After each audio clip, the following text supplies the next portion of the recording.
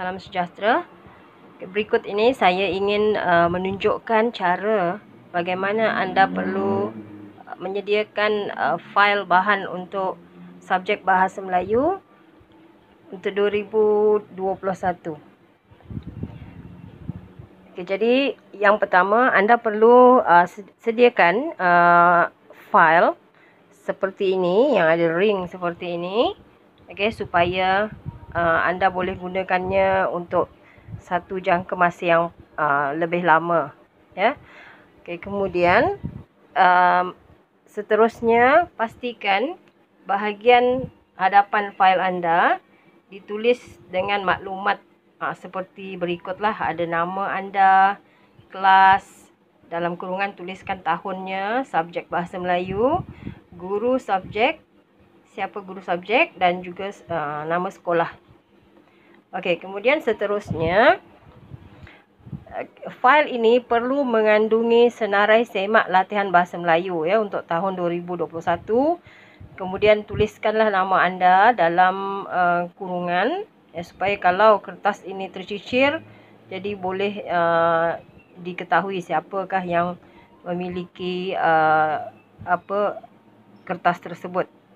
Okay, kemudian anda perlu sediakan ruangan, ya, bagi setiap jenis latihan seperti itu, ya. Jadi tuliskan nombor 1 tata bahasa. Kemudian anda perlu garis, ada bilangan, ya, bilangan maksudnya. Kemudian ada ruang untuk perkara dan kemudian ada ruang untuk catatan. Okey. Kemudian untuk nombor 2, okey, nombor 2 ialah karangan, ya, karangan pendek, karangan panjang. Sama jugalah, ada bilangan, ada perkara dan ada bahagian catatan. Okey, nombor 3, rumusan, ringkasan, ulasan. Ada bilangan, perkara dan catatan. Okay, kemudian nombor 4. Nombor 4 ialah pemahaman, petikan, komsas, novel. Dan ada juga ruang untuk bilangan, perkara dan catatannya. Okey. Jadi seterusnya, bagaimana cara untuk anda menulis isi kandungan dalam fail tersebut. Jadi isi kandungan perlu ditulis pada bahagian mengikut jenis latihan tersebut. Jadi setiap kali menulis latihan, menulis senarai isi kandungan itu, anda perlu tuliskan tadi tata bahasa nombor 1. Jadi dalam bilangan tu kena tulis, okey, 1/1. Maksudnya bilangan 1 untuk tata bahasa itu. Jadi 1 itu menunjukkan itu ialah latihan tata bahasa. Kemudian /1 tu ialah, okey, itu ialah latihan pertama yang diberi. Kemudian tulislah tema, okey, tema, contohnya tema 1, unit 1, okey, tajuknya apa? Okey, sejahtera hidup, muka surat 4. Jadi pastikan ada muka surat itu ditulis dan apa jenis latihan. Latihan bina ayat daripada ungkapan dan perkataan. Okey, kemudian nanti perlu dicatatkan di bahagian catatan, adakah latihan itu dimasukkan dalam fail ini. Okey, kerana mungkin guru anda akan minta anda membuat latihan yang tidak perlu anda print dan latihan itu disimpan dalam GC sahaja.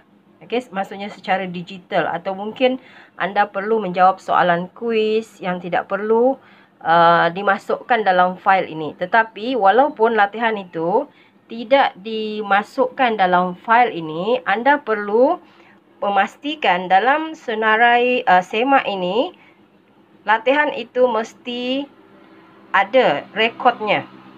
Jadi anda perlu letakkan 1/2. Maksudnya itu latihan kedua, tetapi tiada dalam fail ini. Jadi anda perlu buat catatan di mana latihan itu. Okey, jadi dalam GC, ataupun anda kata mungkin latihan itu secara Google Form ke, okey, kuis ke, dalam link ke. Okey, seperti itu. Anda perlu nyatakan secara jelas bagaimana latihan itu dijalankanlah dan di mana latihan itu. Kerana dalam fail ni tidak disertakan. Jadi di mana tempatnya. Tapi tajuknya mestilah ditulis di dalam senarai ini. Sebagai bukti anda telah buat latihan tersebut dan telah pernah diajar kepada anda. Okey, begitulah untuk yang lain. Okey, kalau macam karangan pendek, nombornya ialah 2. Jadi untuk latihan pertama karangan itu 2/1. Okey, sama juga tuliskan dengan lengkap tajuknya dan catatannya di mana. Okey, kalau latihan itu tiada dimasukkan di dalam fail ini, nyatakan di mana latihan itu. Tapi tajuknya mesti ada. Okey, begitulah seterusnya. Kalau rumusan, kena ingat bilangannya ialah 3. 3/1 untuk latihan yang pertama. Begitulah seterusnya. Sampailah pemahamannya. Yang keempat ialah pemahaman petikan, komsas dan novel. Jadi yang keempat ini semua yang berkaitan dengan soalan-soalan pemahaman. Petikan, komsas ataupun latihan-latihan pemahaman novel yang diberi oleh guru. Okey, jadi bagaimana anda merekodkan latihan anda? Cara untuk anda tuliskan latihan anda tadi. Okey. Tadi yang ada slash itu, yang ada nombor itu. Jadi anda perlu tulis besar-besar ya, dengan jelas dan tulis di sebelah kanan testpad itu di bahagian atas. Okey, tuliskan 1/1. Okey, besar-besar. Maksudnya kita faham ini ialah latihan tata bahasa. Walaupun anda tidak menulis tata bahasa, kita tahu itu ialah latihan tata bahasa. Jadi, perlu tuliskan nama, kelas apa, tarikh. Supaya jelas. Kemudian, kamu perlu tuliskan dengan lengkap juga tema ini tadilah, tema unit. Dan benda ini kamu perlu tulis di depan tadi tu. Di depan dalam bahagian perkara. Perlu ditulis sedemikian. Okey, kemudian begitulah seterusnya ya. Kalau macam latihan karangan pendek. Jadi kalau karangan pendek ke panjang, dia punya bilangan ialah 2. Jadi 2/1 ke 2/2 ke, maksudnya slash di belakang itu maksudnya itu latihan yang keberapa. Yang depan itu, nombor yang depan itu ialah nombor untuk apakah jenis latihan tersebut. Okey, jadi yang ketiga pun sama juga. Okey, ketiga ialah rumusan, ulasan, ringkasan. Okey, sama juga kena tuliskan lengkaplah, tajuk semua mesti ada. Okey, kemudian samalah 4. Okey, 4 ialah pemahaman petikan umum, komsas dan juga novel. Jadi slash itu, okey, itu latihan yang keberapa. Jadi yang itu mesti tulis dengan marker pen besar-besar. Okey, tujuannya supaya apabila kamu hantar latihan, jadi kita boleh nampak ya latihan itu latihan bahagian yang mana, dan kita boleh lihat pada senarai semak di depan. Okey, di manakah catatan bagi latihan tersebut. Okey, jadi anda tidak perlulah menyusun mengikut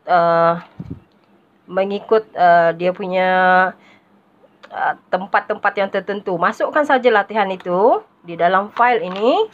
Okey, masukkan saja. Yang paling penting dia ada kod dia.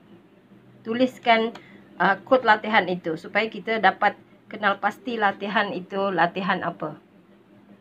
Apabila dihantar untuk penyemakan, guru yang menyemak juga boleh dapat mengesanlah latihan itu.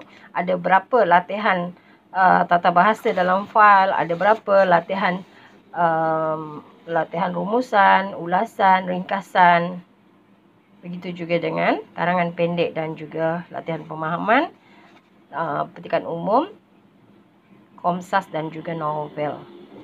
Jadi saya harap penerangan ini dapat memberi